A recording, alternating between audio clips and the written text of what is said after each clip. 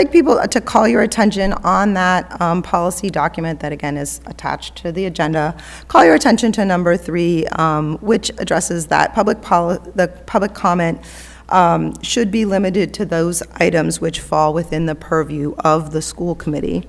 And I just want to note that with the exception of the superintendent, criticisms and complaints naming specific staff members or students are generally prohibited in this setting. So I think that about covers it. We'll begin. It doesn't look like there's anyone on Zoom. Nope. All right, but I'm guessing that there may be some in the room. So if anyone in the room is interested in offering a public comment, please approach the podium.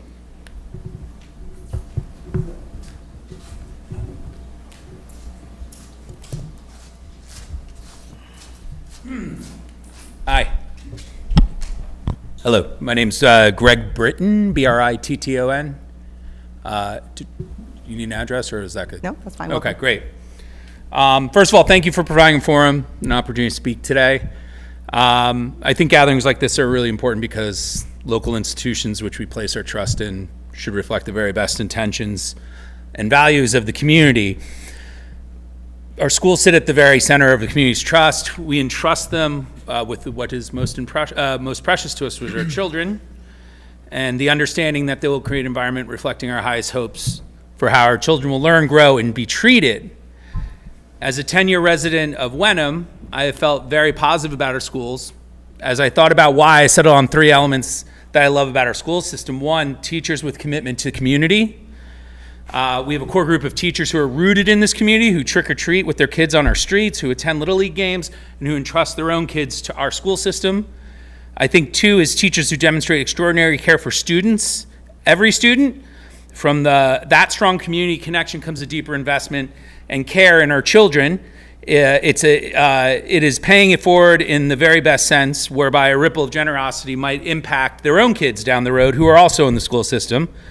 And I think teachers who model strong character for our children every day is the third thing that I really think of when I think of our school system. We're very fortunate to have people of high character serving in teachers' roles. Kids often do not remember what they are told or even listen, but they certainly remember what they see and how they are made to feel. They model these behaviors they observe, good or bad, and therefore having teachers of high character is essential to their development. So why this tedious meditation on our school system? A few weeks ago, it came to my attention that a young man who I think exemplifies these broad ideals was informed that he would not be teaching in our schools next year. My wife and children were surprised and upset that Philip Gowdy, this is for him, not against him, so, okay, great. Philip Gowdy, our neighbor, a former student of our schools and a current teacher and coach, was going to be let go at the end of the school year. Philip exemplifies all 3 of the qualities I just mentioned: community, care, and character. He's a Hamilton native. He grew up here and chose to return because of his love for community and his passion for teaching. As I said, I think having teachers who are connected to our community matters. Their commitment extends beyond the classroom and creates a culture of care throughout the schools and towns. Philip, 30 seconds. Others, took it upon himself to revitalize the middle school track team. Anyone who has ever tried to organize 50 middle school students understands what an undertaking that was. Philip pulled it off, and he got a starter's pistol by the end of the season. Starter's pistol. They were dropping hats for a while. More importantly to me, Philip extended an extraordinarily warm and perfectly calibrated welcome to my son, who has special needs. Philip encouraged us to enroll our son on the track team. He then supported and challenged him in exactly. Is that 3 minutes? It is. Can you wrap up, please? Yep. Yeah, sure. Well, so basically 2 things. He was great to my son on the track team, warm. He's many of the students' favorite teachers at the school. He also took it upon himself to help special needs kids on the Washington, D.C. trip to make sure they were okay walking around Georgetown. And it seems silly to me that some kind of bureaucratic process would remove Philip from our school system, a guy who lives in the school system. Thank you. And replace him with someone else. Thank you. Thank you. Thank you. I thought I was going faster. That's okay. I'm sorry, I have to cut you off. All right. Are there other people in the room that would like to offer public comment? Welcome. Thank you. Hi, I'm Charlotte Llewellyn, Lewellen. There we go. Yep. Okay. Hi, so I currently attend Miles River Middle School. Just graduated today, and every single year I've been there, I've had a different health teacher. But this year's was definitely my favorite, and just like the men who spoke before me, I'm here in support of Mr. Gowdy, or Philip Gowdy. And I really just have to say that he's an extraordinary health teacher, and I think in general, when I went on the DC trip, or the Washington DC trip with my school, I sat behind him on a 10-hour bus ride, and he was so warm, and he was so polite and sweet. And I think that he brings that to the classroom as well. And I think that we would be doing the whole school a disservice by getting rid of him over a thing as trivial as budget cuts. And I truly do believe that he just makes our community better, and he's just so kind and brings a great presence. And that's all. Thank you.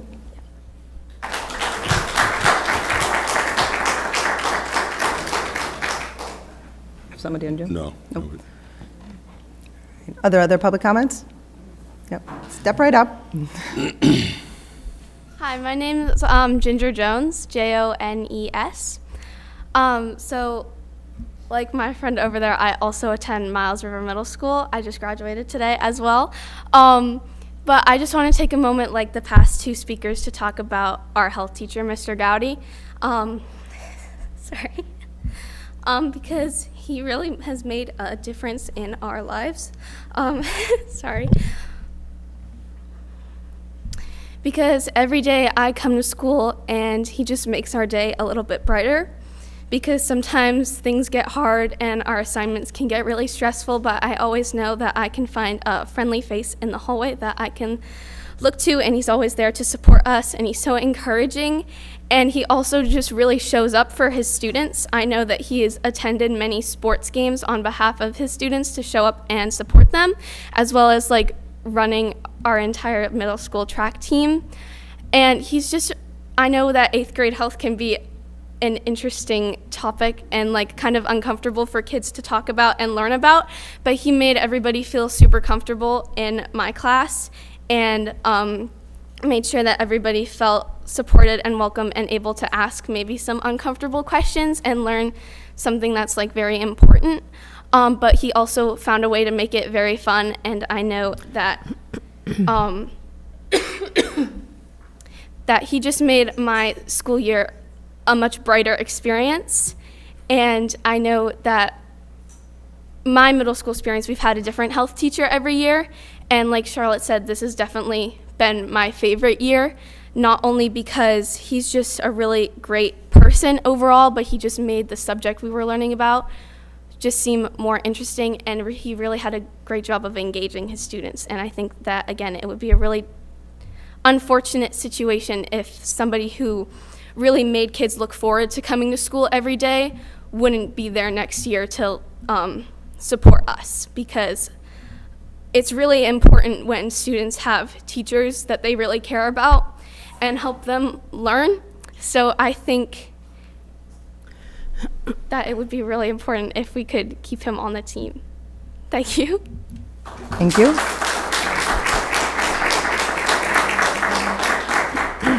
By the way, Ginger, excellent speech earlier today at the Miles River filing. Oh, All right. Anybody else? Hi, I'm Joni Albers, Albers.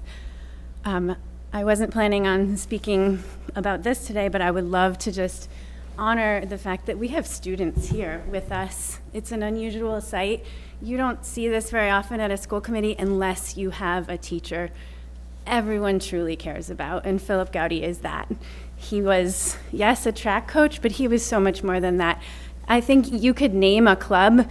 If a kid wanted to do it, they would say, hey, Mr. Gowdy, will you lead this club for us? And he would say, of course I will, because that is the person he is.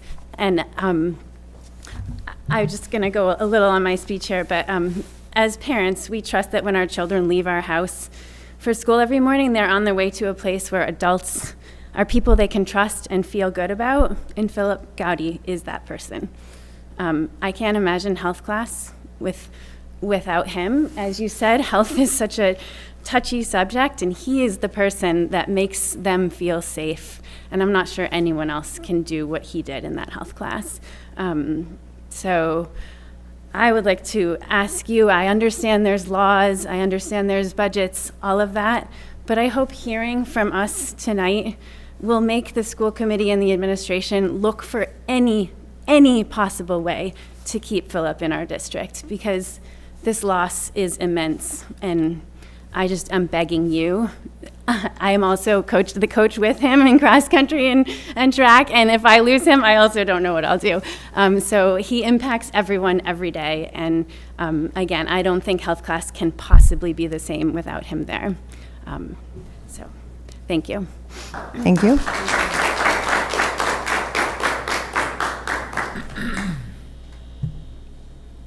Okay, do we have any other people that would like to speak? Yep.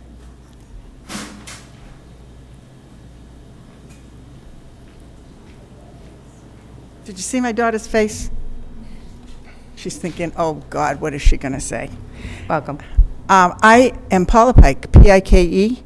I have lived here from the time my daughter, who was the mother of the little cute girl that spoke today, was in kindergarten.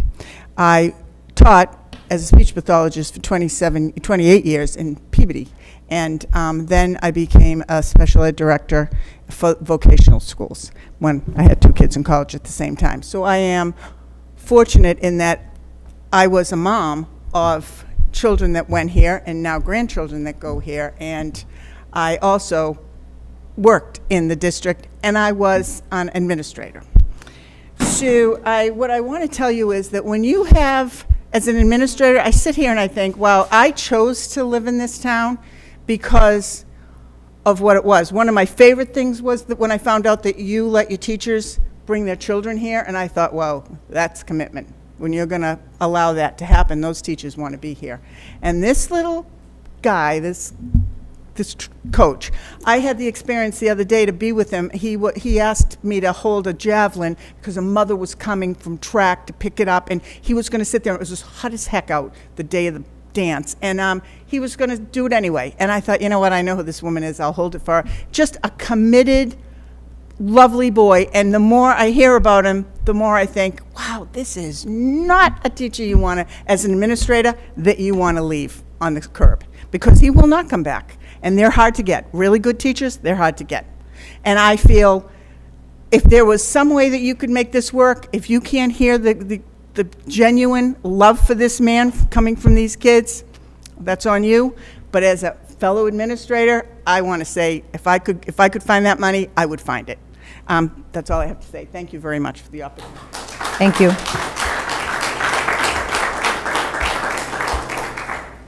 Okay, do we have any other members of the public that would like to speak? Welcome. Yep. Come right up.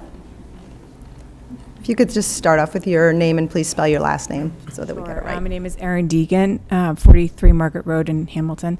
Thank you for being here tonight and for all that you do for the school district.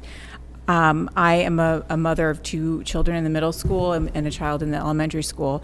And here tonight because of a teacher who I heard was being cut from the budget, and he's had a really profound impact on my students. One in particular was fortunate enough to have this teacher as a teaching assistant in his first grade elementary school year when it was a hybrid year with Zoom, and you know, the kids were going to school some days, they were at home other days, so getting out of the car in the morning was really challenging. And this teacher really had an impact. He was there on the playground. He was there making things normal in a year that was not normal at all. And so he's just a wonderful teacher, very dedicated to the students. And we felt very fortunate that when we heard that he was going to be coming back this year as a teacher, and my then first grader, now sixth grader, would actually have the benefit of having him again as a teacher. He's been a great health teacher this year, very dedicated to the track team, and actually started that up, and it's just been a wonderful experience. And so I feel like he really exemplifies all that we want our kids to do, which is to feel safe at school, to be inspiring future leaders and be encouraging them to try new things. So I just wanted to let my voice be heard. My two middle schoolers are here tonight to hopefully show the impact that he's had, and we hope that you will be able to reconsider this for his the benefit of all of the students in the district. Thank you. Thank you.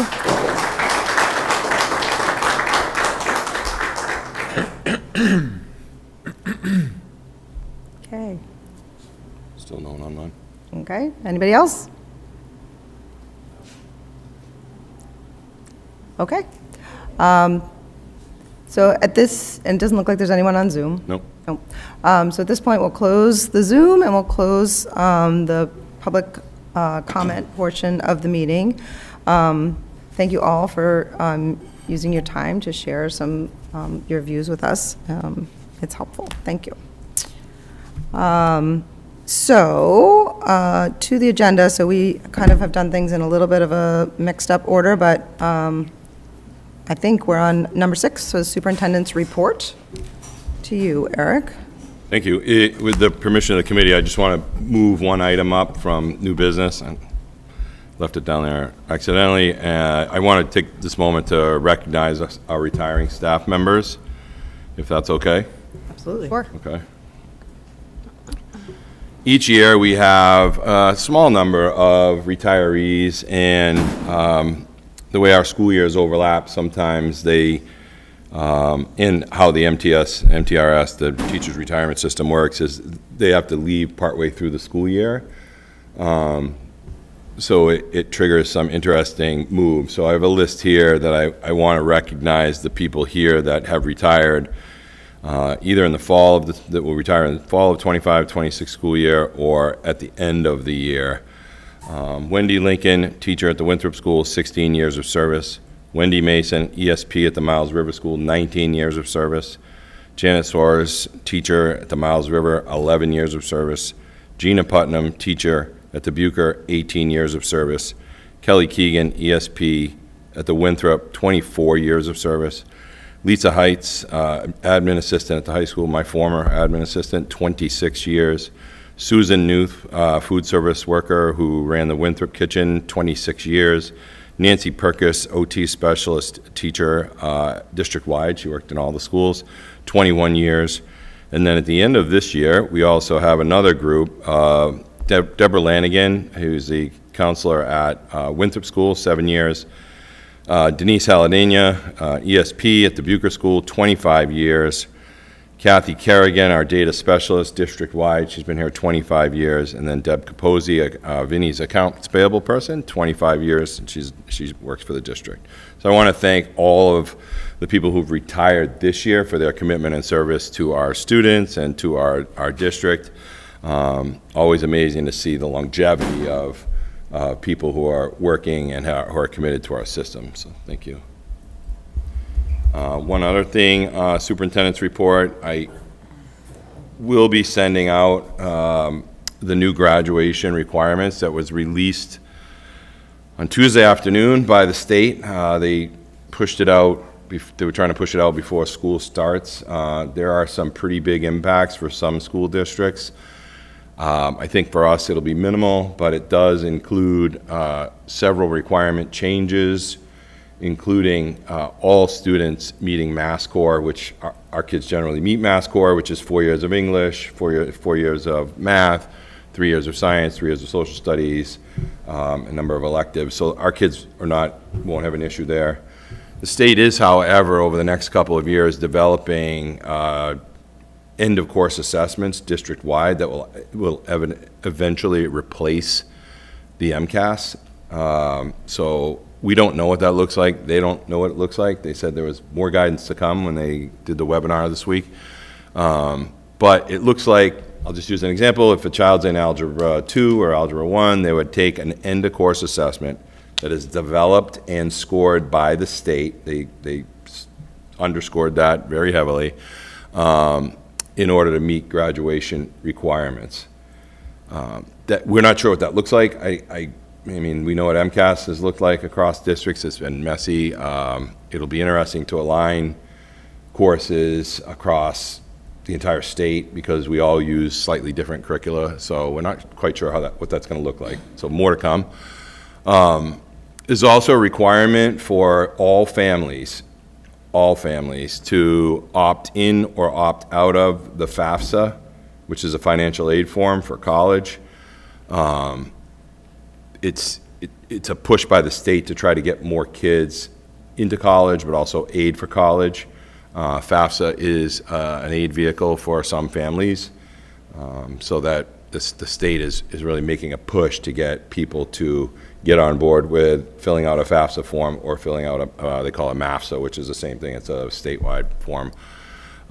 So that is another issue that we'll have to contend with. I'm not sure what that will look like, but it's going to be also built into the kind of career logistics for kids. The state is looking for documentation of kids' plans through all 12 school years using an online program called MyCap. Or similar. We use a slightly different program, does the same things. It has basically benchmarks that kids meet each school year in relation to their future plans. So it doesn't necessarily have to be for college, but that's what the majority of our kids, 96% of our kids go to college, so that's what they use it for. State is requiring it for all kids, and looks like at all grade levels, so we're not sure what that looks like, but that's 3 years out.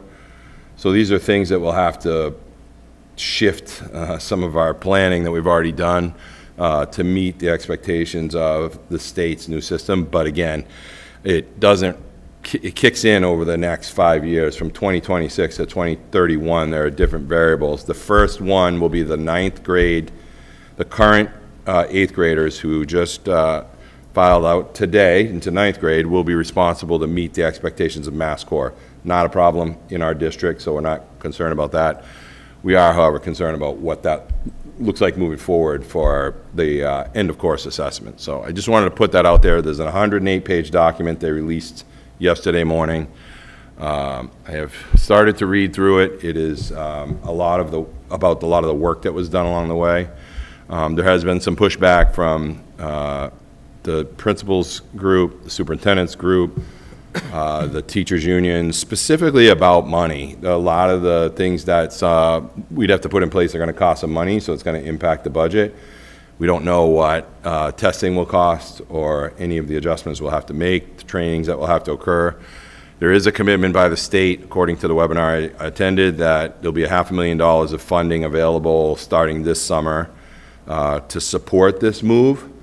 So we'll just keep our eyes on it and stay wide open. I don't have a lot of detail. I'm sorry, there is not a lot of detail. They just kind of said, here's our plan moving forward, and this is what we're going to do. There's also expectations for kids to, they can gain badges, if you will, similar to how our foreign language kids can get the seal of biliteracy. They're creating these seals for other things. Sounds like they're going to do it for like math and STEM and music. So these are seals that kids would be able to work towards across their years in school. Again, we don't know what that looks like. They don't have a lot out there. And then part of that will be related to final course project. So another area we're not concerned. Our seniors do a great job at the end of the year. They do end of year research papers. They do presentations for their internships. We meet a lot of the things that are coming forward already. There will be some of the things I talked about in between, like the end of course assessments. We have no clue yet, but we will continue to get information and bring it to the committee as soon as we can figure out the direction of the state. So I just wanted to put that out there, make sure people knew that was coming. I will send the document out. It's 108 pages of exciting reading for people to peruse, and I'll put something together for a presentation when school starts, when we do our first meeting in August. And then finally, several of the kids here today talked about filing out ceremonies. We had a lot of those moving up and filing out ceremonies across the district. Always a great time of the year. Kids move on to their next chapter, and it was a really wild and crazy end of the year running. I spent my last 2 weeks running from school to school to school to try to see all the things that our kids and our teachers and staff were doing across the district. So great end to the school year. I'm already missing kids and looking forward to working this summer to get ready to start up the 26-27 school year, which is, I think, an extra week away. I think we get an extra week of summer this year. So Excellent. thank you. Thank you. Does anybody have any questions? Just had one quick thing I just wanted to confirm. Should Kathy O'Shea be on the list of retirees as well? Not yet. She's retiring. Oh, okay. All right. She will be, yeah. Okay, got it. Thank you. No, and thank you for taking the moment to acknowledge all those retirees, some of whom have served just a really long time Yeah. in the district. It's wonderful. We have some people that are overlapping. There'll be another group in the fall Yeah. Okay. of people that will leave partway through the school year, the new school year, so there's 3 or 4. So Yeah. we'll actually do retirees a couple times in the fall, because there are a couple coming our way that are, this is like their last full year, Yeah. but they still have a little bit of time with us. Thank you. Anybody else have anything else? Okay. Next up, we have the consent agenda. Does anybody have anything they would like to hold from the consent agenda? All right, Tom, to you. Can I motion to approve the whole thing, or you just want to go? Yeah? Just approve the You can do the whole consent as thing. So approved. nobody held anything, so you can motion to approve the entire consent agenda. Okay. I move to approve the entire consent agenda as outlined this evening. Second. Second by Julia Campbell. There's no discussion on the consent agenda. All those in favor? And that is unanimous of the 6 members present, and the motion passes. Okay. All right, so moving on to new business, you will see that the first item of business is the vote on an ESP contract. We are not quite ready to bring that forward. We thought we were going to be ready, but we're almost ready, but not quite. So we are going to skip over that this evening. And then next is, I think Brian is going to, Mr. Metagoni is going to present some changes to us about the student handbook.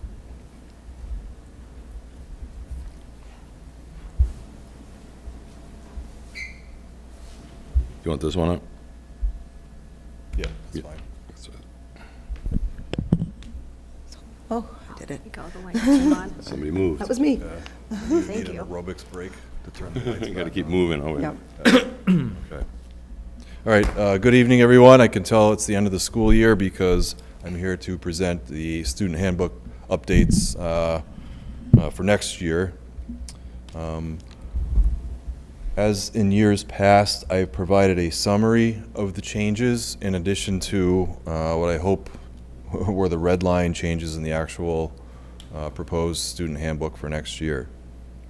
Most of what you're seeing for changes for next year are simple date changes, name changes for people who have changed position. There has been some language inserted by council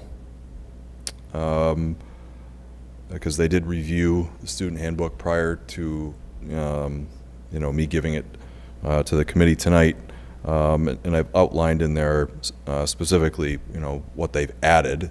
There are just things that should have been in there that weren't previously, so they made that change for us. The one maybe item of discussion here has to do with our cell phone policy, because that's an actual student conduct change, or a change to the student conduct portion of the handbook that was voted on by school council in May and passed. We also presented this to the students, the entire student body who's remaining at the high school after graduation. And as you know, this year we started out our new cell phone policy by having students in homeroom turn their cell phones in at the start of the day, and they would be without them for the entire day, and they would pick them up just before dismissal. And so we made a couple schedule tweaks here and there just to make that actually work. And what we found by the end of the year is that nobody's head fell off. So clearly you know, the policy didn't do any harm, and in fact, we noticed a number of really positive things. If you've ever had a chance to walk through the cafeteria this year, it's quite loud, and that's because our kids are engaged with each other, they're looking at each other, and they're really interacting in a manner that, you know, how humans are actually supposed to.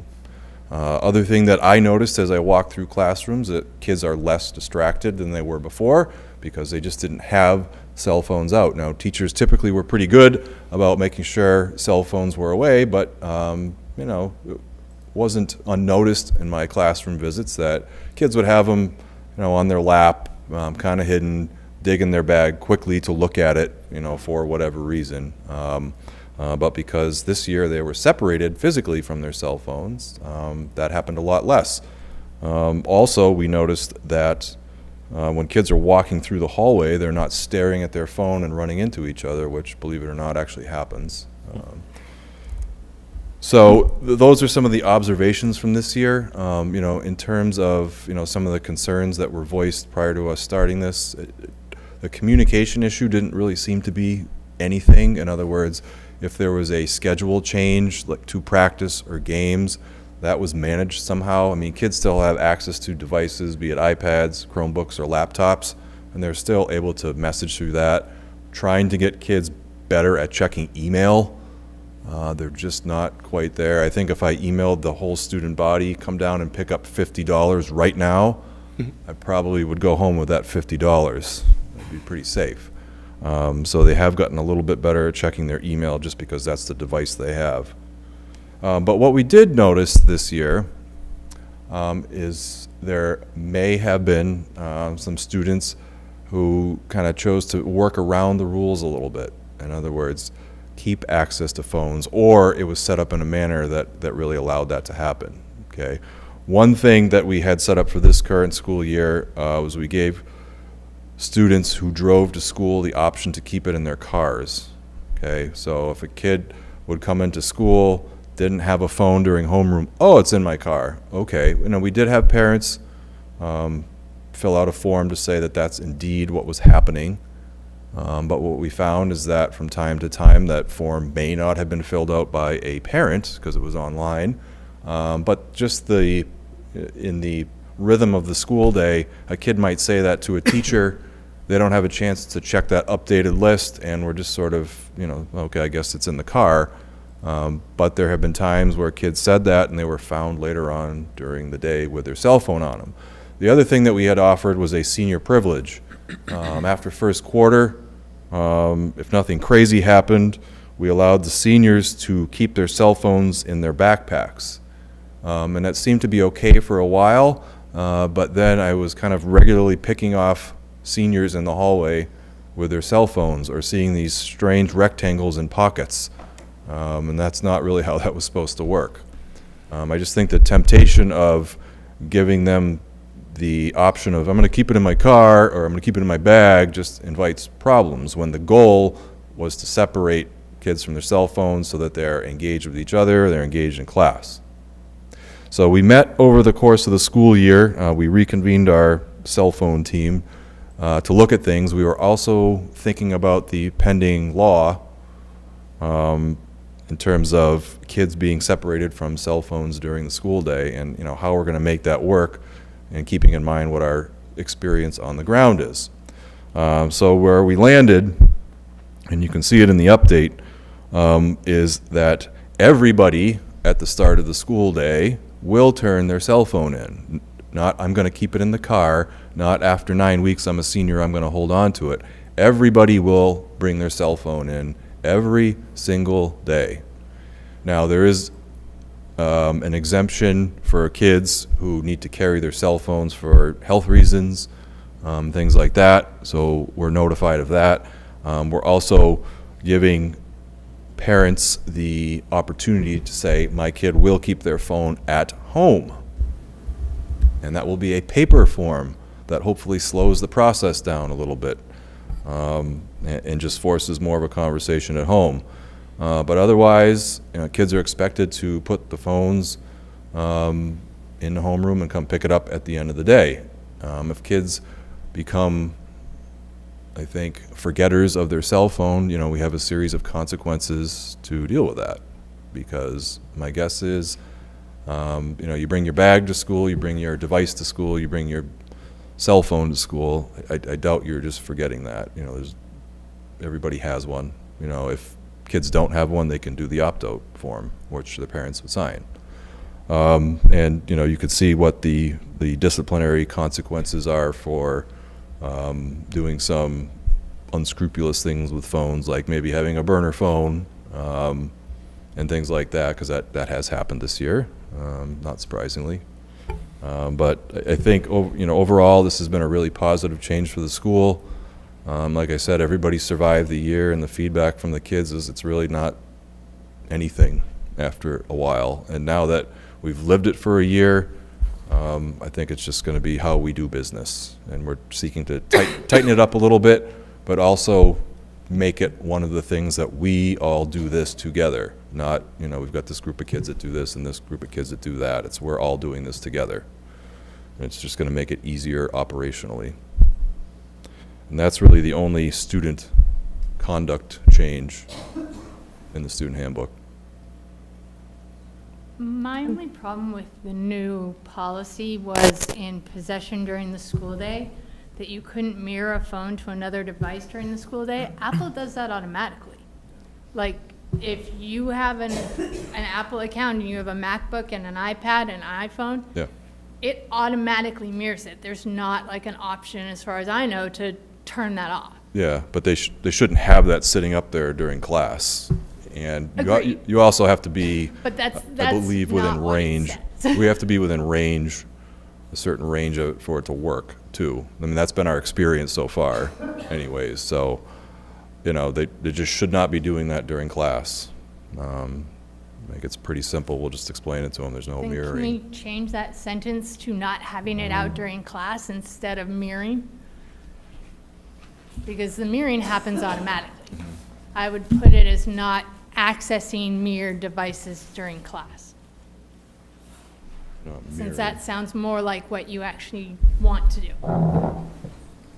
Yeah, I mean, I'll have to maybe go back and see how that's worked, but my experience has been if kids are away from their phone, they're not able to mirror it. So if they have class in room 100 and their cell phone is in room 400, which is kind of like kitty corner across the school, that hasn't been an issue. Okay. That's our experience so far. I think the adaptation coming in September on the Apple Watch solves that problem. Yeah, So Does it? yeah, if you have cellular service on your Apple Watch, Yeah. you can be 6 counties over from your phone, doesn't matter, it'll still work. yeah. Yeah. And that's, maybe we need to broaden the language to be electronic communication, something of that nature, because I know with my watch, I can be anywhere without my phone. Yeah. And I can receive and do anything I need to do. So if we're going to put it out there that the communication device is the problem, we may want to include the language of all communication devices, electronic communication devices, excuse me. That's what, we're actually waiting for the state law to get through Yeah. the State House. It's passed both House and Senate. It's now in what they call reconciliation. They're trying to decide which pieces of which will go into the actual final policy. We assume we're going to get it before the end of the school year, and that covers any electronic device. So it would cover us for watches, I mean, my watch is the same way, cell phones, tablets even, and that will be interesting because they have outlined so far a number of ways, including purchasing software that can jam, which I find fascinating. That's actually written into the law. I don't know how you would do that, but that's part of, trying to figure out how to manage it. But it's been, I mean, we're ahead of the curve.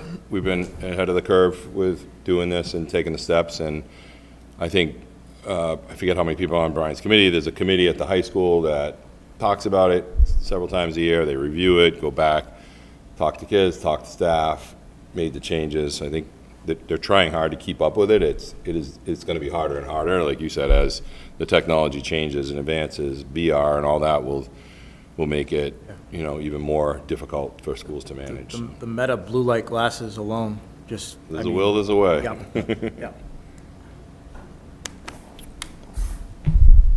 Other people have questions? No, thank you. I really support this. Fully support it. Okay. And you're looking for us to vote this changes? in its entirety, correct? Yeah, the whole Yeah. handbook, yes. Even though, as the superintendent outlined, it may come back to us, there may be changes, Yeah. which Yep. Just in happens case. a lot. Depending Yeah. on the state law. Just in case, the State House reconciliation Yeah, process. no, and we've had, that's is happened slow. before, so, okay. All right, Good to go? we have a motion? Yeah. I motion to approve the student handbook changes as outlined. Second. Second by Julie Campbell. Is there discussion? No. Okay. Looks like we're ready to vote. All those in favor? That is 5 in favor. Those opposed? 1 opposed. And the motion passes 5-1 of the 6 members present.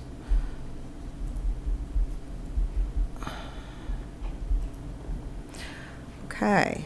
Thank you. Brian's staying. Oh, okay. Next up is a report on the AI working group. This is one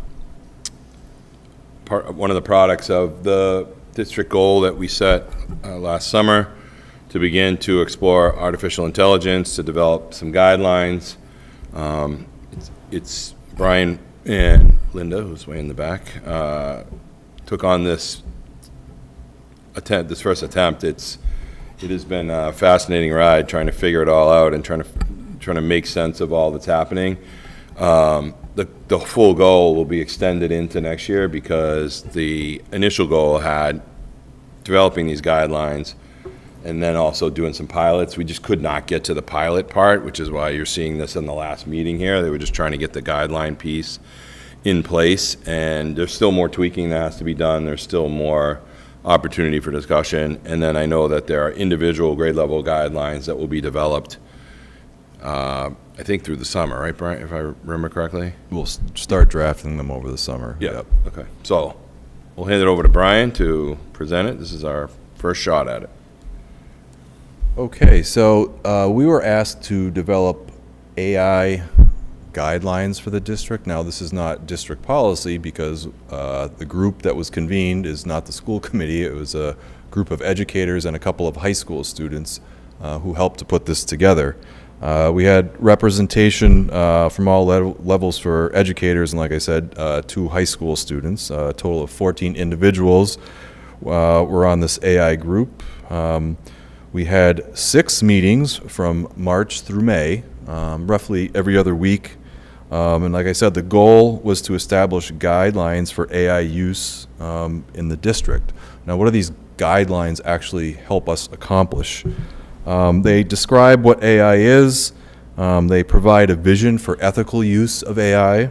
They identify principles that we want to stick to. And then finally, how each of the stakeholder groups in our districts will work with those principles in mind.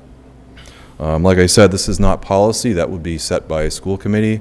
This really is going to give us an idea of, how, different groups will interact with AI and also uphold the principles, like I said. This is also not a how to use AI guide. If you read it, you could easily recognize that. Over the summer, we plan to draft usage guides for each level, elementary, middle, and high, that are developmentally appropriate. And the idea behind these usage guides is giving teachers some information about how AI could be used in the classroom appropriately, ethically, and effectively and equitably as well. I'm just trying to keep some of those principles in mind. I think that's where teachers are going to really start to dig into this technology, see how it can be used, to enhance learning. And certainly that's going to look different in an elementary classroom than in a middle school classroom to a high school classroom. So we want to keep those developmental levels in mind. To develop these guidelines, we used DESE's framework for AI use in schools, so this just didn't come out of nowhere. They give you a framework for the guidelines, things that should be in there, but you're really able to insert your own language for, that works for your district. But we also looked at other Massachusetts districts that have established AI guidelines and districts outside of Massachusetts, just to get an idea of the language that's out there and really kind of what they're looking for. We wanted a document that is readable and digestible and gives people something to think about. That's the reason why it's 5 pages long and not where we started at 14 pages long, because we knew that that was not going to be a winner. So the process for this was we took the framework, the language from DESE, and we filled it in, using our knowledge, some survey data that we got when we surveyed students and we surveyed teachers to see, what their concerns were with AI. We considered what we learned from other districts, and to be transparent, which is one of the principles of this, we used AI to help put some of this language together, because we're getting it from a bunch of different sources. And one of the things that AI is pretty good at sometimes is digesting things and giving you output. But the cool thing about being a human being here is that we get to determine if we like that output or not, if it fits what we're actually looking for. This was a very iterative process. Like I said, when we started out, the guidelines were like 14 pages long, and we're like, nobody's ever going to look at that long, and it's really not usable. We noticed there was a lot of duplication in there that really would just be kind of confusing. So we were able to comment on the language, in person. Also, we were able to do it online. And so ultimately, we were able to shrink it down to 5 pages.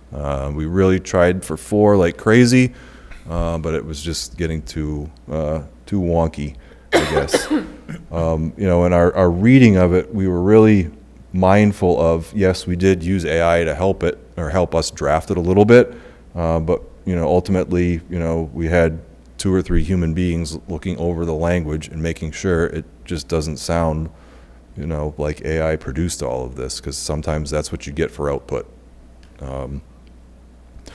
So briefly, the way that we organize this is we wanted to provide a definition of AI. What are the different categories of AI tools that are available that we are, already using probably at all levels.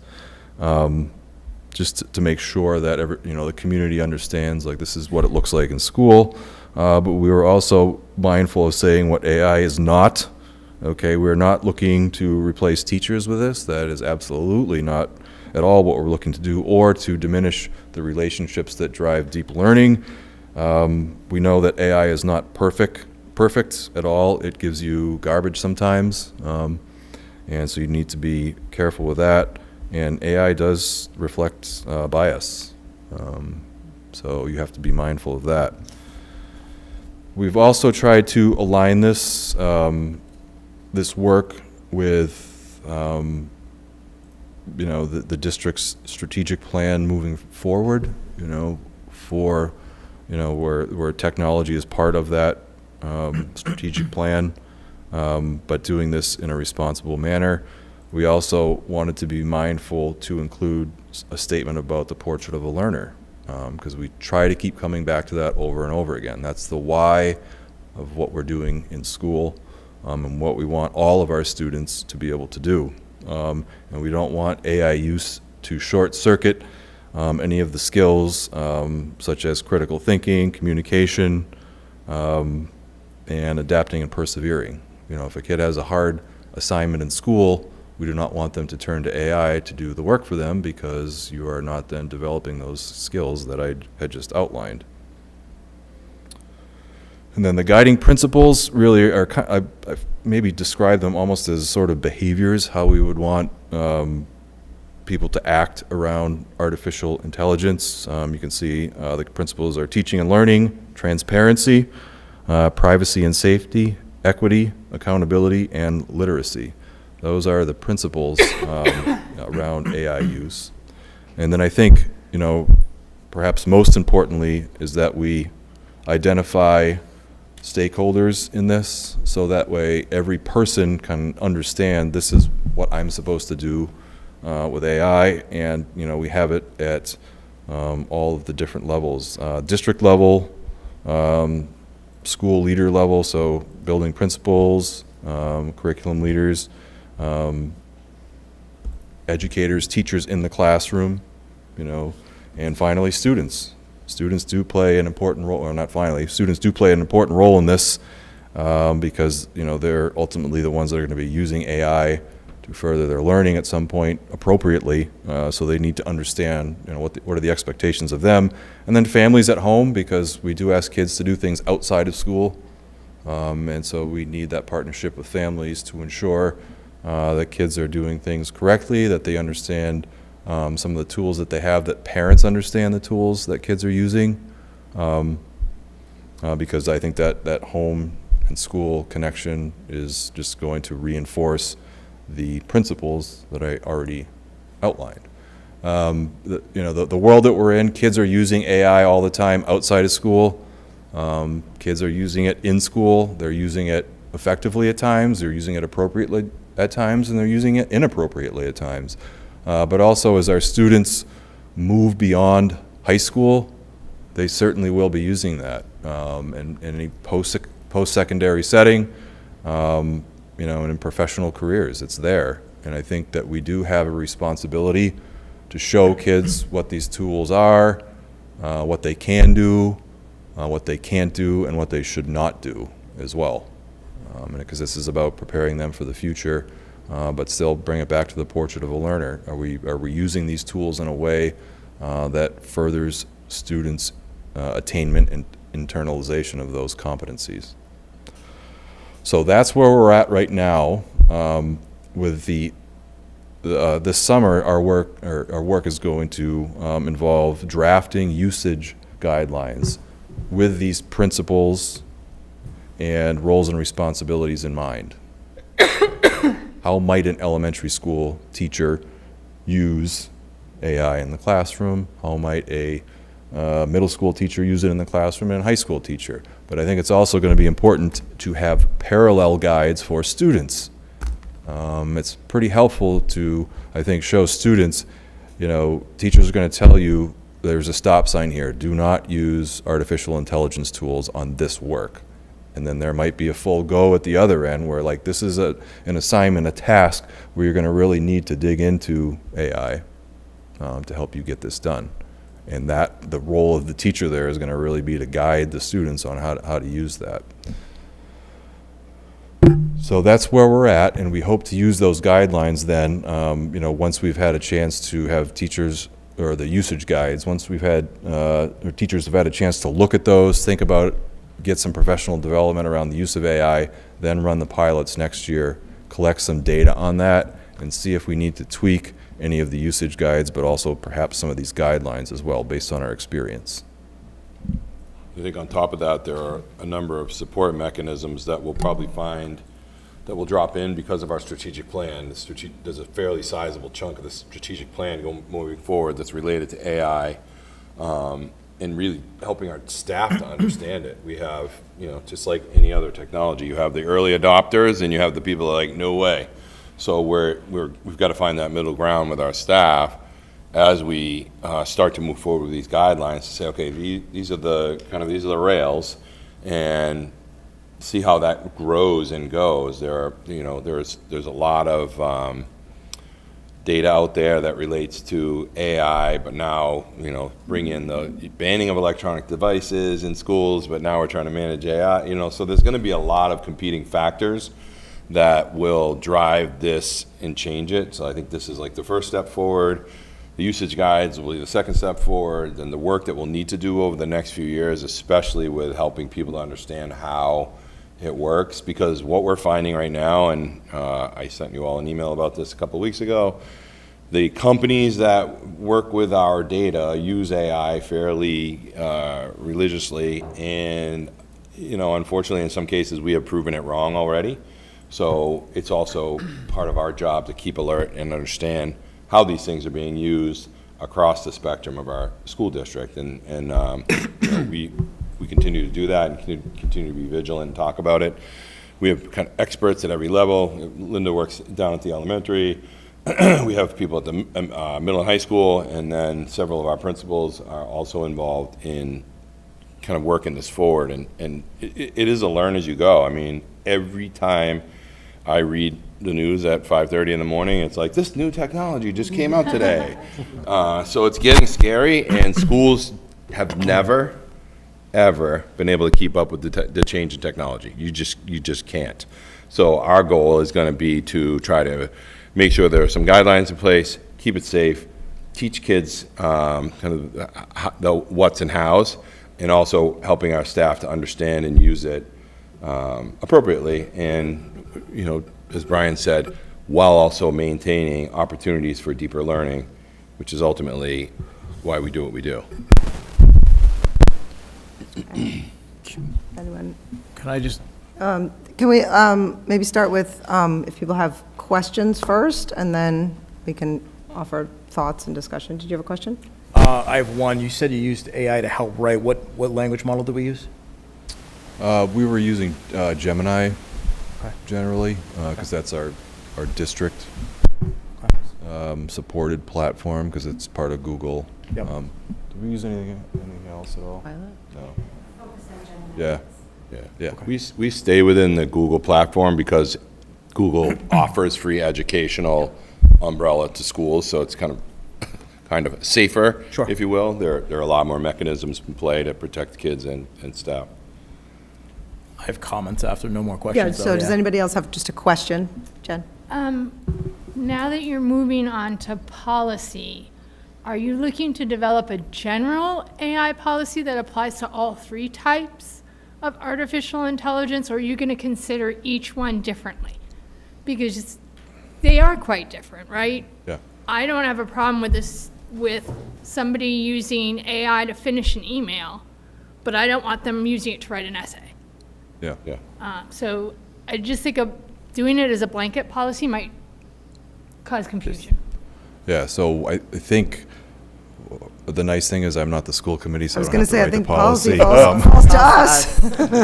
But they were going to put together guidelines. So do you Yeah. guys Yeah. do Yeah. guidelines Yeah. for all of AI?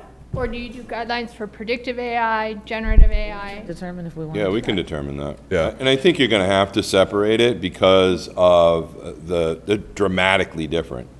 Generative AI and agentic AI are dramatically different with dramatically different results, including depth of knowledge, understanding, and access for the user. So I think it will make sense when we get there to do that, because I'm waiting for the fourth AI category to come. So Yeah. it's coming. So, Jen, that's a good question. Like maybe this usage or these guidelines can help inform what the school committee policy might look like. We take it in the other direction and say, okay, in a high school classroom, how could you maybe use AI to help develop your own personalized study guide? Okay, but you still got to keep these principles in mind, like the kids do, the teachers do. So this is kind of maybe a central document. The policy would be over that. The usage guides are really the on-the-ground documents that can help people develop different experiences for kids. And I think the iteration of the usage guides will have to occur a little before we step into making that policy, because there are still some lessons for us to learn. Anytime any university I'm at tries to do an AI policy, within 4 months, it's Yeah. out of date, and they found a million loopholes and things that they didn't consider, and, It's on fire right now, so Yeah. it's hard to manage. it's hard. Questions are finished? Does anybody have comments or discussion? Just a Yeah. couple things to bring to light as you're going through this that are incredibly critical. One, unfortunately, just with how fast things are moving, like what AI is not able to understand context, nuance, or ethics like a human. That's the whole reason they pulled Fable 5, so it Yeah. can, right? Like Yeah. that's a major problem already that it's moving that fast. Two, as a district, we need to be looking at shadow AI. Shadow AI is a real concern at the higher ed levels. It's out there, Turnitin and all these other assignment greeters, they can't keep up. They just can't. And the amount of their kids graduating college having their diplomas revoked because they're going on social media and crediting AI for their diploma, right? It's all shadow AI. So whatever we look at in terms of guidelines, we need to look at shadow AI. The last thing I'll say is we really need to look at using it in the classroom poses a few problems. The LLM learns as you go. It's how AI works, right? So when a teacher puts something in the morning, 6 months later, the LLM will pull that back. That data may be outdated, wrong, incorrect, or just completely outlandish, but it's now coming up and the students are seeing that based upon that LLM learning. Gemini's famous for that, unfortunately. Yep. So is ChatGPT. ChatGPT, as we all know, is very nice to us because it agrees with everything you say. Everything comes down to the prompts. So there are nuances throughout all of this that as we go, this education to specifically the staff is like ongoing. It's almost monthly because it's going to change that fast for a long time. And that's where I would start, just full disclosure. I have built an LLM for a very large Fortune 500. I'm working on another one right now. It's moving faster than we can dream. And I think the biggest concern that I have is the shadow AI. We can't control it. Kids are going to go home and they can reconnect, and it's out there, and it is causing havoc. But at the same time, we have to embrace it because we use it in our professional lives every single day. So there's some nuances. So I think I have a comment that is maybe on the opposite end of what Tom is talking about, and I really focused, I shared this a little bit when the strategic plan was presented to us. I have a concern about our youngest learners, and I mentioned this in the strategic plan. I really have some concerns regarding, specifically, we have in here, prioritizing students' digital literacy at every grade level. I am giving some just pushback that I agree with everything Tom said about the need to really be on top of this. We don't want our kids graduating from the high school without being really as literate as possible and knowledgeable as they can on how to use these tools that are real-world tools. And I don't feel like I really need to prioritize digital literacy, particularly in the realm of AI, with our kindergartners and first graders. So it's me, that's just my opinion. I feel really comfortable that our youngest learners could be spending 7 hours a day in a haven away from screens and technology at school, and that I have no concerns that they wouldn't be able to catch up with their peers at later elementary school. I think digital digital literacy doesn't mean knowing exactly how to use it. It means knowing when to use it. But I mean, it's not like a step by step. It's more like I'm just saying, if you I'm go not online. actually, all I'm trying to say, and we don't need to, I'm just saying, Yeah. me personally. Well, my I son did don't know kindergarten that- on Zoom, so. No, but I'm just saying, I don't know, this is me personally, I don't know that our kindergartners need, that needs to be a priority in the classroom. Like, I'm not naive, I understand that kindergartners are going to be exposed to lots and lots of technologies, but I'm not sure that needs to be our focus. So it's just a concern that I have. I don't, Yep, no, I the agree. work here, I think, is so difficult and so important, and I am not in any way, I think this really represents the right, where we are right now. We've done a ton of work to represent that. That's just me. We don't need to, I just have some real concern about how much focus we need to have on digital, specifically digital literacy in our littlest learners. I agree with you that I don't think kindergartners should be using it, but they still need to start, even at that young age, developing good digital habits, whether they're using it or not. I don't think we need, I disagree, but that's okay. Computers need to be in schools, but there are predators out there that will go after 5-year-olds. No, of course, I'm not naive, I'm not saying that they're not exposed to it in the world. So anyway, I'm not, Just giving Just a giving her statement. opinion. yeah. Yeah, I mean, the state has digital literacy standards that are going to apply to each grade level. I know. It's, I think, up to us to decide what's appropriate for each grade level and how those standards, can be actualized. But also, when the guidelines, talk about teaching and learning specifically, and it said it should be used as a tool that supports and enhances student learning. That phrase right there, like, if it's not doing that, then you don't use it. And so there are cases in probably a lot of time in kindergarten, it's just not appropriate. And these guidelines are not meant to say that you have to use AI all the time. I think it's meant to say, like, it's a tool, it's out there, kids should know how to use it appropriately. Teachers should learn how to use it appropriately as well. But certainly there's going to be times, even in a high school class, like high school settings, where it just shouldn't even be used at all as a tool, which is not appropriate. And I would imagine there are times that it would certainly be appropriate for a kindergarten teacher to be using AI. Yeah. That's quite Yep. different than what I'm sort of concerned Some of about. the- Like I just am concerned about taking precious time for our little learners to focus in on,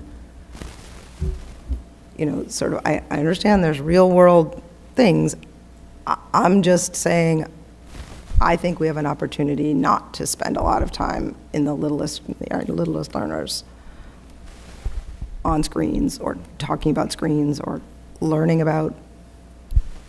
Yeah, that's just an opinion. But I think it's also important just to note that there's something to be said when a kindergartner can look at something, digest it, and question it. Yeah. Is that AI? Is that real or not, right? Like, my first grader says to me, Dad, that's got to be AI. Yeah, no, right? I And get I it. think that, I agree with on the screens 100%, but I also think that there's an education piece because they will catch up as they get older and they'll be very much involved in it. But I do think there's something about kindergarten, first, second, third, understanding what's real and what's not, being able to think for themselves and questioning, is this real? Is this, if they don't know what AI is and they can't question it properly. So there's a balancing act.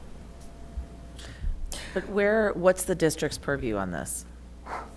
Like, is it the policy committee developing Well, this policy? the state is going to give us Okay, so the requirements. state's going to give us guidelines, and we need to adhere to those guidelines, and then do you want the policy committee to take this and develop a policy for the district? I've seen a lot, districts typically have an AI policy, or it may be part of, their acceptable use policy or some other technology-connected policy. I mean, it may be a good homework assignment to research some districts around us and even outside of that, like that, do you have a specific AI policy? The ones that I've seen aren't super specific, because then they start to get lost in the weeds.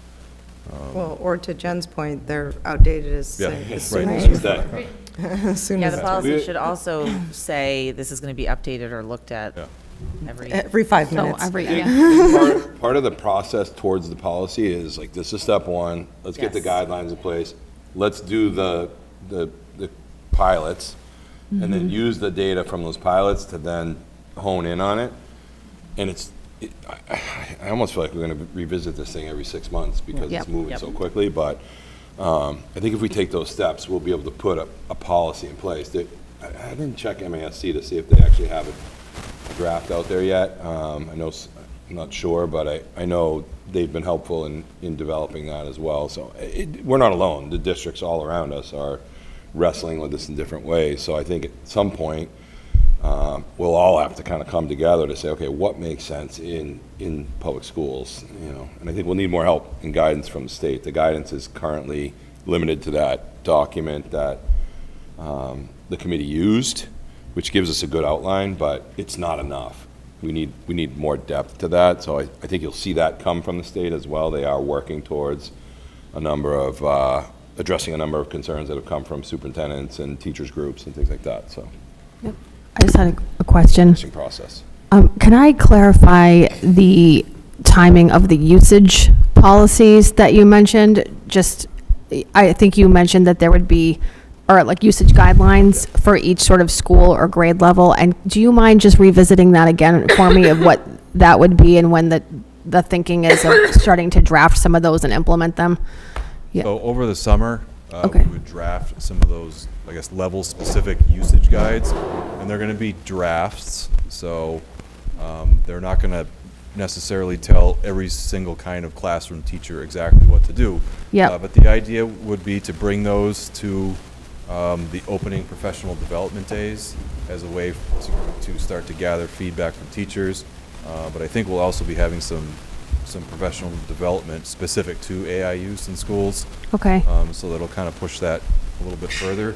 But based on, the feedback that we get during those opening days and then some further work, perhaps reconvening that AI group and, enhancing these usage guides, once they're ready, and we feel like these are kind of actionable a little bit here, choose a couple of classrooms maybe at each level to see how AI can be used, how it is enhancing or not enhancing kids' learning, and then tweak the usage guides. I mean, we've gone through this before a little bit, when we went to be a one-to-one school, however many years ago that was now, and it's bumpy at first because you kind of don't know what you don't know a little bit, which is nice.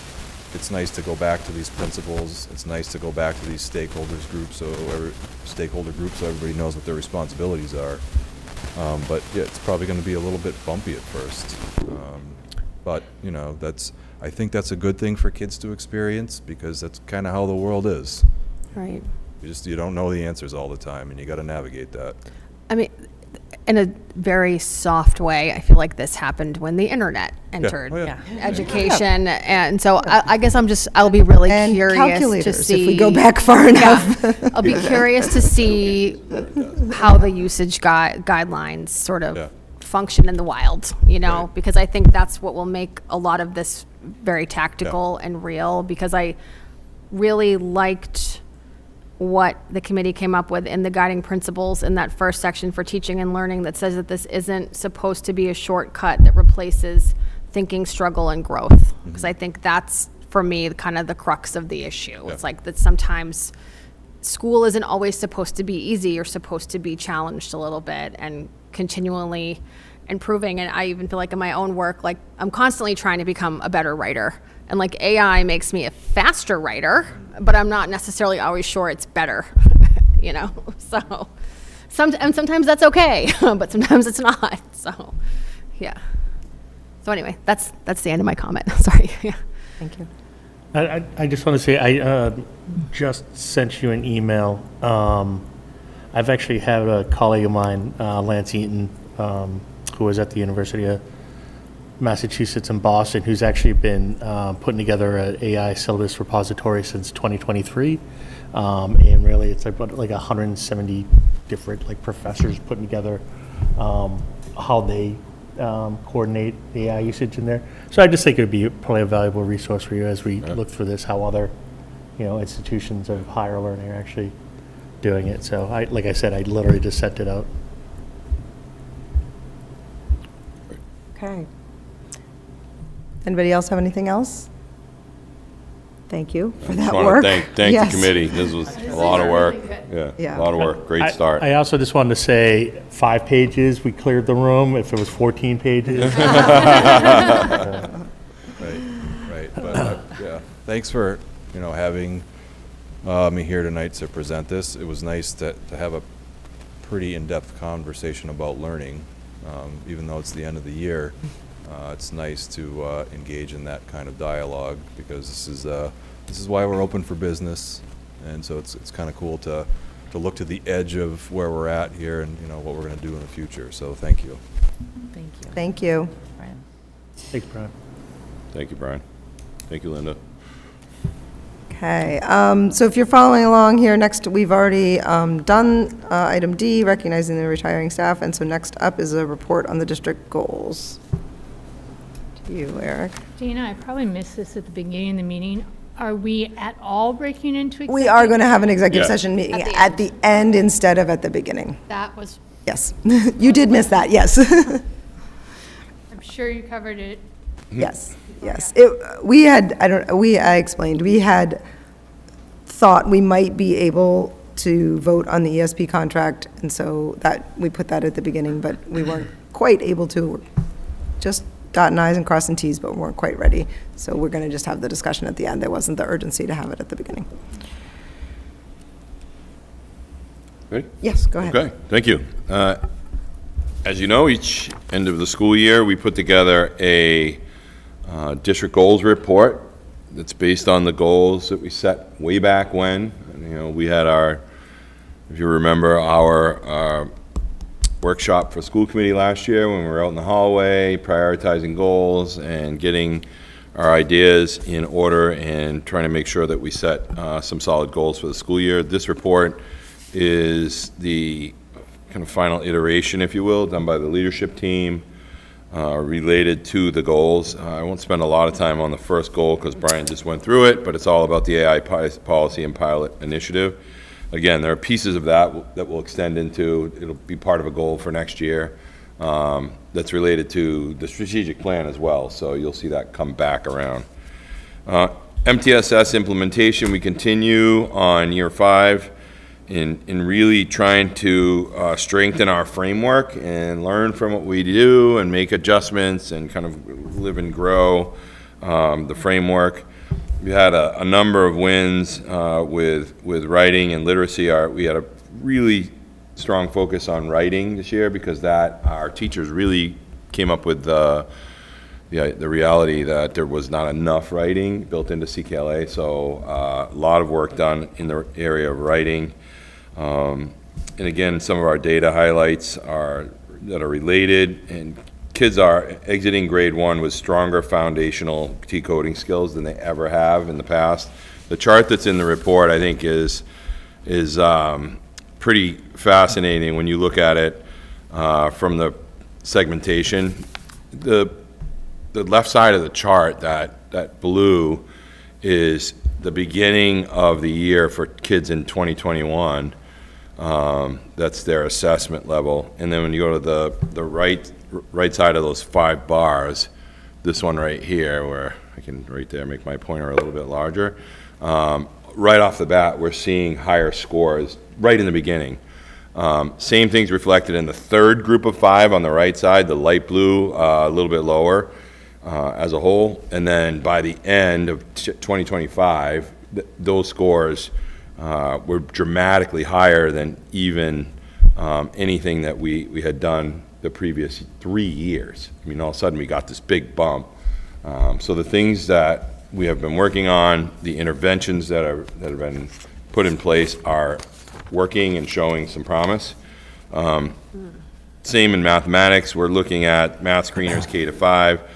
We're seeing some good actionable data, and we're trying to pair that new math screener with also coursework, professional development. We had some of our teachers take a 30-hour course in Math Mastery in line with, if you all remember, we're partnered with the Department of Education Tiered Math Support Academy.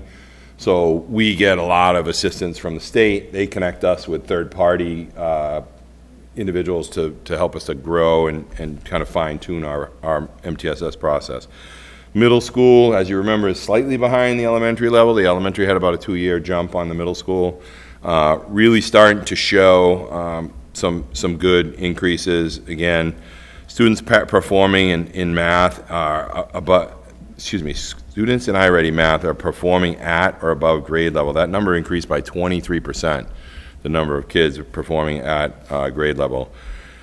We are focusing on some of the kids who are coming into school that may be more than a year behind because they tend to track much more slowly. So we're looking at other opportunities to help to meet their needs and give them stronger interventions.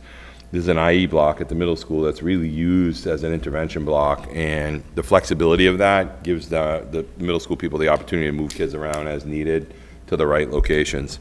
I think it's been interesting to see the second year of the HMH literature being expanded in each of the grades at the middle school, and immediate fluency growth of 82% in our, looking at our Read Live, which is a fluency software that we're using at the middle school. Social emotional integration has been the kind of the last piece of the puzzle. So at elementary, we use Open Circle. We've been able to expand that through all the grades. Now, middle school is now leaning into Project Adventure and doing some work with the leadership, but also the social emotional pieces. Project Adventure has a number of units that help students to manage social emotional growth across time. So you can have these kids experience these opportunities through the school year and learn more about themselves and how they interact and act in certain situations and with certain people. So the high school, again, continues. They're finishing their second year of using Reveal math curriculum, and they've been building, using the Building Thinking Classrooms framework to give teacher real-world insight into how kids think. So it sounds kind of corny, but it's literally a whiteboard, probably twice the size of this, and kids have to write out their work, show it to the teacher. You're seeing more kids out of their seats and at the boards showing like, okay, this is how you solve this problem. Why did you choose this? And you could have two kids up there with two different approaches with the same solution. It's a good opportunity for kids to see that. So there's a lot more movement and interaction at the secondary level. Math midterms, Brian has done a pretty good examination of midterms across grades, and students with IEPs, which, if you remember, that was our focus this year, to try to focus on kids with IEPs who were lagging, improved 50 to 57% based on comparatives from last year to this year, 57% improvement. Students with IEP in English, same thing, 87%. They have made multi-year progress, 67% in English 2 years ago and 87% this past year. So it's the MTSS work is ongoing, and we said this 5 years ago when we started talking about it. It's hard to think that this is my 5th year, but there's been a lot of work done. The intervention program is evolving. We're shifting and changing. We're changing the coaching model this year, moving from 3 to 2, and really looking at the coaches now as specialists that will cover STEM and literacy, so that we start to kind of grow that system across all 3 of the schools. We've gotten everything into alignment. People are moving kind of in the same momentum. We've managed the curriculum really well in the growth across grades all the way up through the high school, and even the intervention piece, bringing DIBELS. We're one of the few schools that uses DIBELS all the way through to 8th grade. So those are all data sets that we can use to learn and grow.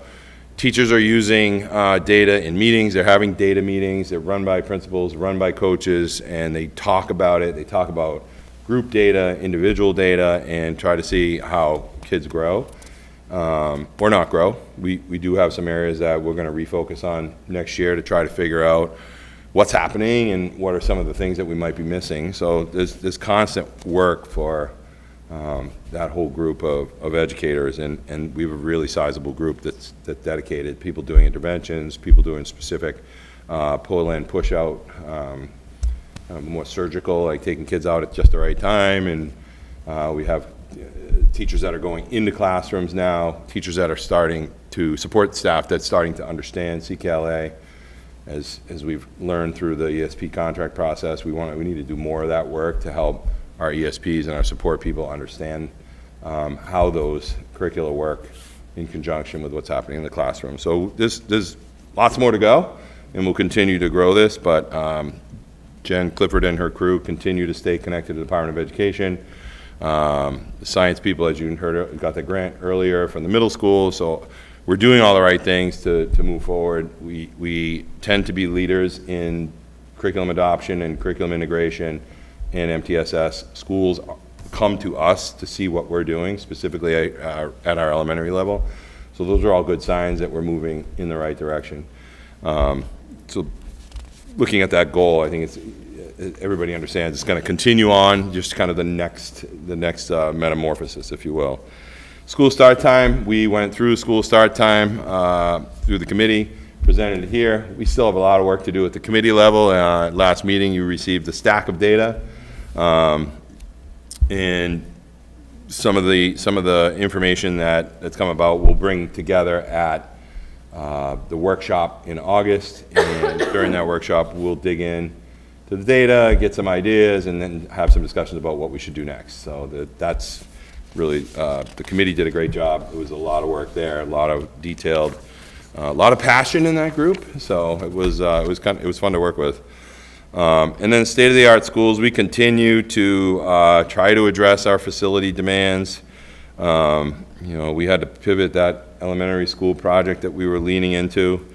And, I think the community conversations were probably the most successful thing I participated in this year for a number of reasons. But personally, it gave me some better insight into things I could do differently and things that I can learn and grow from. And I also think people felt like they were heard and that they have a voice in the process.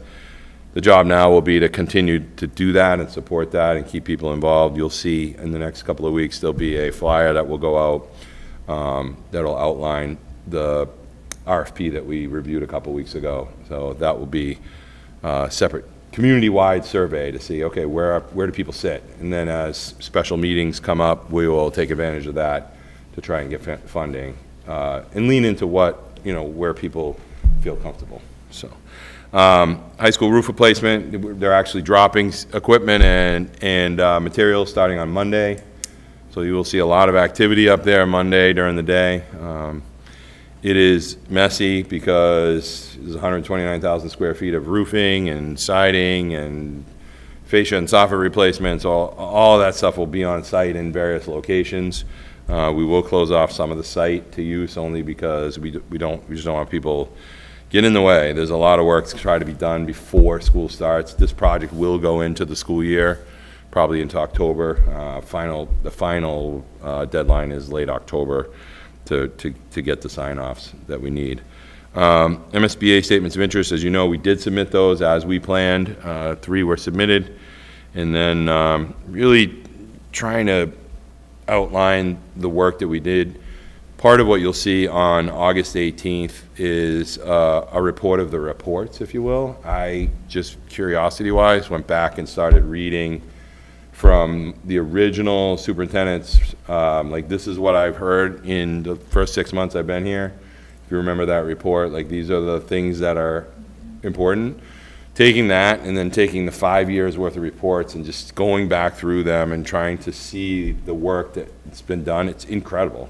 It's incredible. When you look at it from just this perspective, a lot of work over a school year, demanding. People have been resilient. People have been supportive, and it's just how do we continue to grow it, I guess, is really the conversation. When teachers identify something, we're trying to be more, respond quickly to that. Writing is the best example. Writing was an issue. We've addressed it this year. We will continue to address it. There's still a ways to go with that. And then continue to grow things right up through all of our grades. We continue to try to hope to modernize our schools. We have a number of projects going on this summer, including some window replacements in this building, water main replacement at the Cutler School, which will impact the parking lot, which will force us to replace the parking lot because it goes right through the middle, unfortunately. And then we're going to hope to move that RFP forward in support of getting some activity done related to our buildings and our facilities.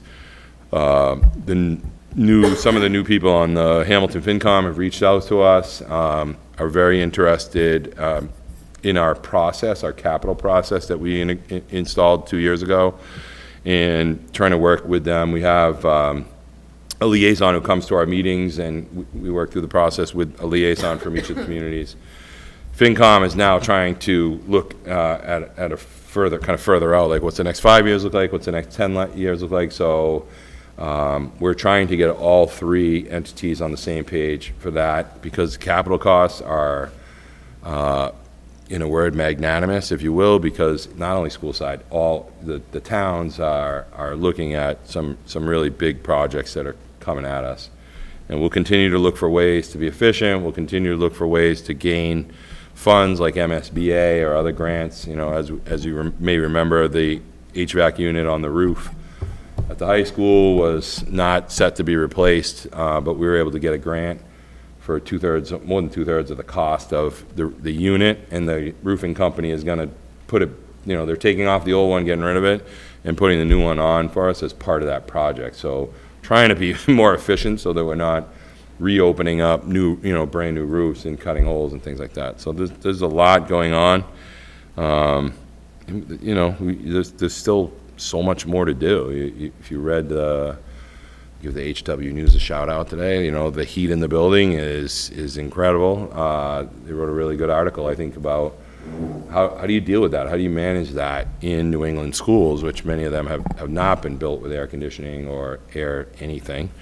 And our schools were 70 years ago. So, we'll continue to work within our means, but also I think we need to stretch a little bit too to get some of these things done, and continue to work in the community. I will commit to staying in the middle of the communities and being at the meetings and talking to people and making sure people understand where this group leans into, and try to get some more things done with our facilities. So.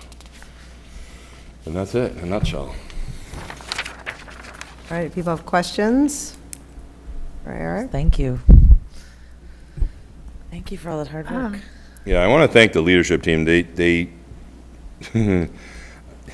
when you're building this report with me, I'm always the person who's like, you need more. You need more.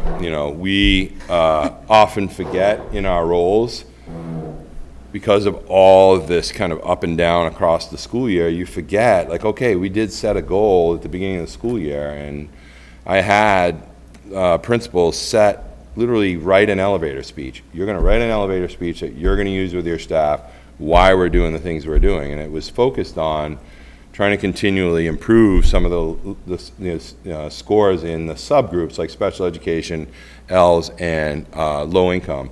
Those have been problematic for us. If you look at our SOA report, that's where we set our goals in our SOA, Student Opportunity Act stuff.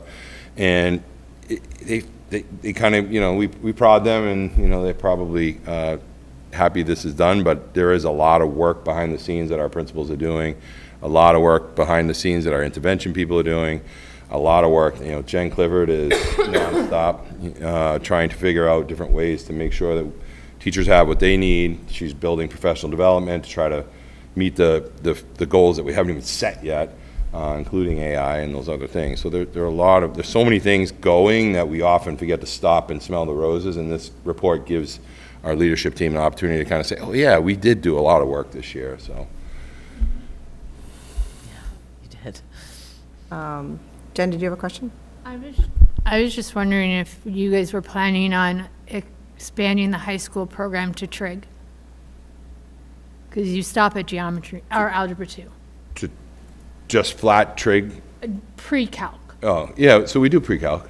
With this MTSS approach? Oh, no, sorry, no. We only really starting to think, okay, I want to maybe go to school for this, or I want to go do this, and you see these changes in kids, and I think that would be interesting to see what the data looks like. Brian purposely tracks at the high school the shift in mid-years, because that for us is a more reliable measure. So he looks at all the course mid-years to say, okay, how are these subgroups doing in these mid-year exams? And that's, we may not be seeing big shifts in the screeners that we use in some cases, but then you take that same kid and you look at them versus what they're doing in their classroom, and you see a tremendous amount of growth. So trying to reconcile all that has been a little bit of trouble at the high school. It's a little bit harder to do, but it's kind of, I don't know, it's fascinating to dig into. Okay. Anybody else? Thank you, and thank you to the leadership team for all of that. Yeah, thank you to all the leadership team, all the teachers and support people. This is a lot of work. Yes. And I think it's important to recognize that there's so much going on behind the scenes that, people are just continuing to grow and drive forward, and we're seeing success because of it. So. Okay, next up, we have athletic user fees. I don't know who's speaking to this, whether this is I can do it. Eric or... Yep. Monday, right? Monday. We just met, Monday. It was just Oh, yeah. Monday. Here it is, the date's right here. Monday, June 15th, the Capital Planning Finance Subcommittee met, as we always do. We brought in our athletic director, who will only be with us for a couple more weeks, but brought him in to talk about fees and talk about structures of fees. Thought we had a great conversation, dug into a lot of the data. We saw some real increases in some of our sports this year, oddly. They were gymnastics and ski, which we did not expect. But I'm sorry, increase in cost or increase no, in increase in students? students, Okay. a number of Yeah. participants. So for us, that was something that we didn't plan for, but it worked out well to have a robust gymnastics team. It's been smaller for years. So a couple of years back, I think it was 3 years ago, we started to look into a tier model and trying to differentiate between the more expensive sports and the less expensive sports. That has worked to some extent, but it does drive an overage when you have an increase in your higher tier sports. So all of a sudden you get 20 more kids paying $700 for tier 1 sport that you didn't plan for.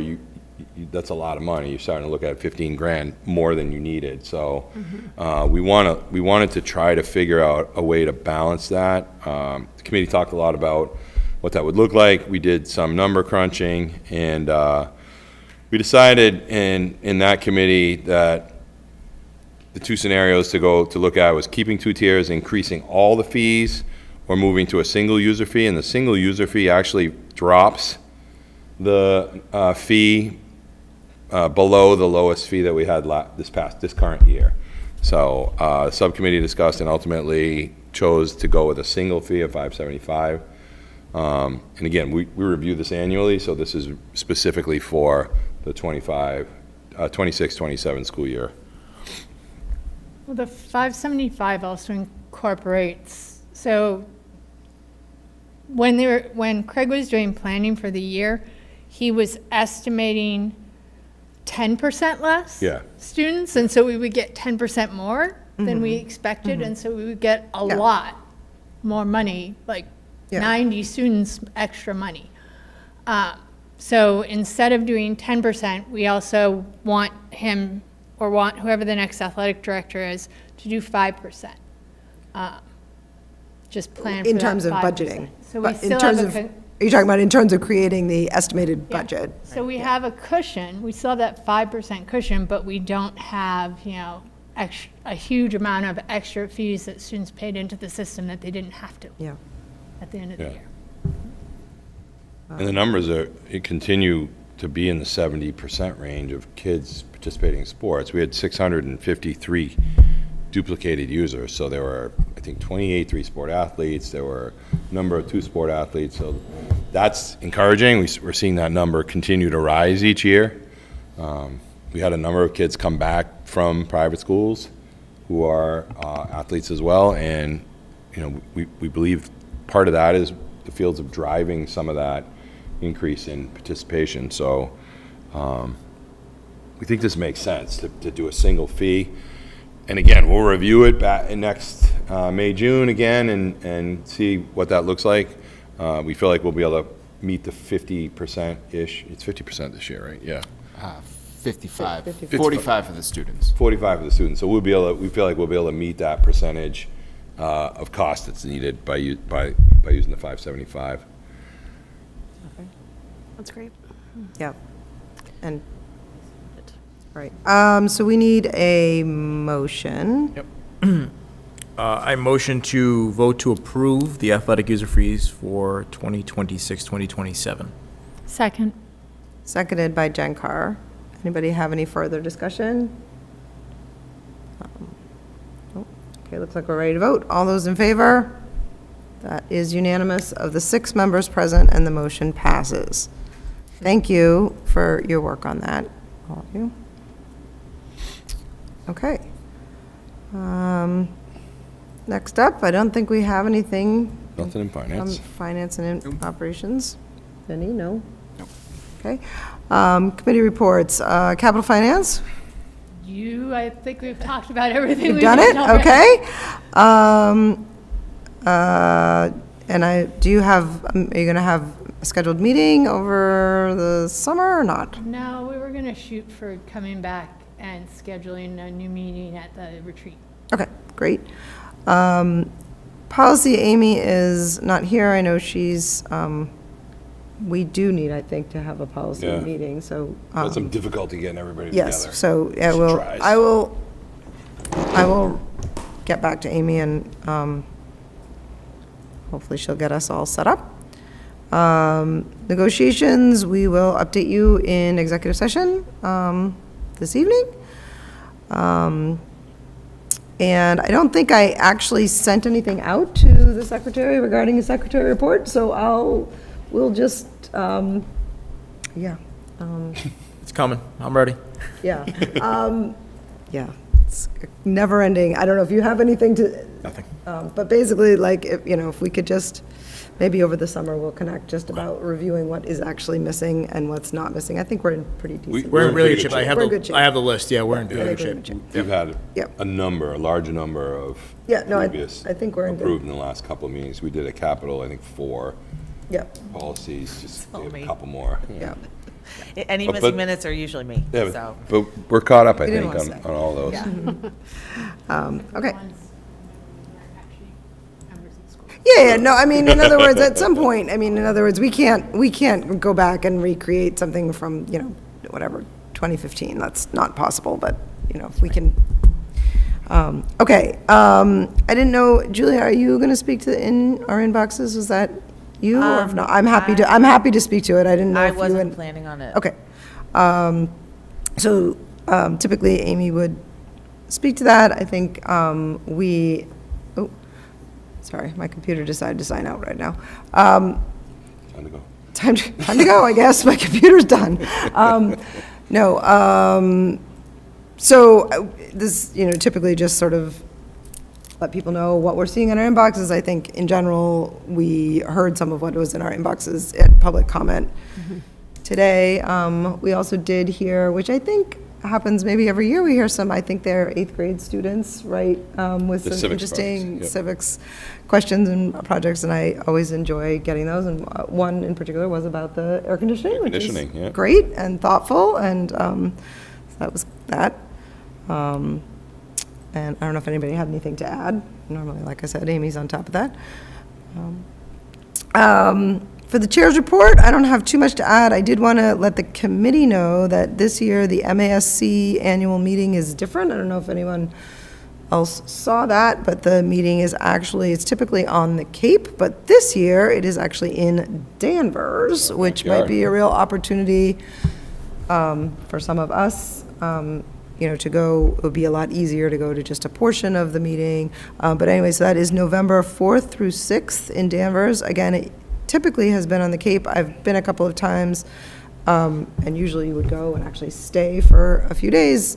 Obviously, this is a little bit of a different opportunity. We could potentially, any number of us might choose to go, for a portion of it.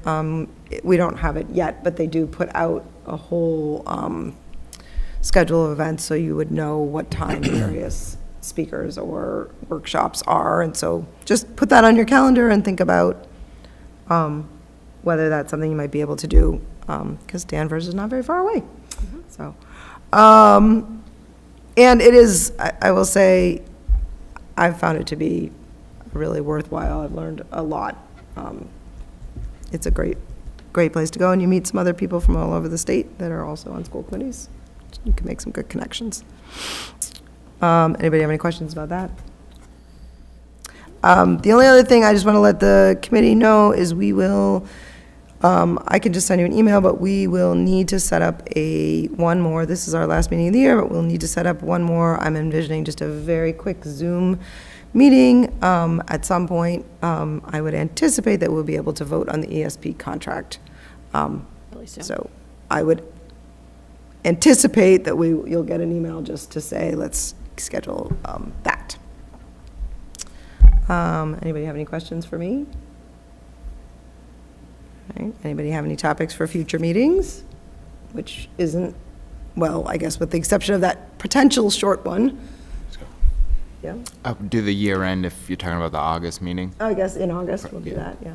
Seems very far from now, but I know it's not. All right, great.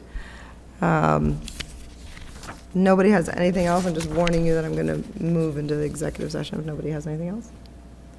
Okay. I move to enter into executive session under General Law, Chapter 30A, Section 21A, Number 3, to discuss strategy with respect to collective bargaining or litigation, the ESP union, if an open meeting may have a detrimental effect on the bargaining or litigating position of the public body, and the chair so declares, and not to return to open session. Second. Second by Krista Noon. This is a roll call vote. David? Yep. Yes. Kristen? Yes. Julia? Yeah. Yes. Jen's a yes, Dana's a yes, and we are in executive session. Thank you.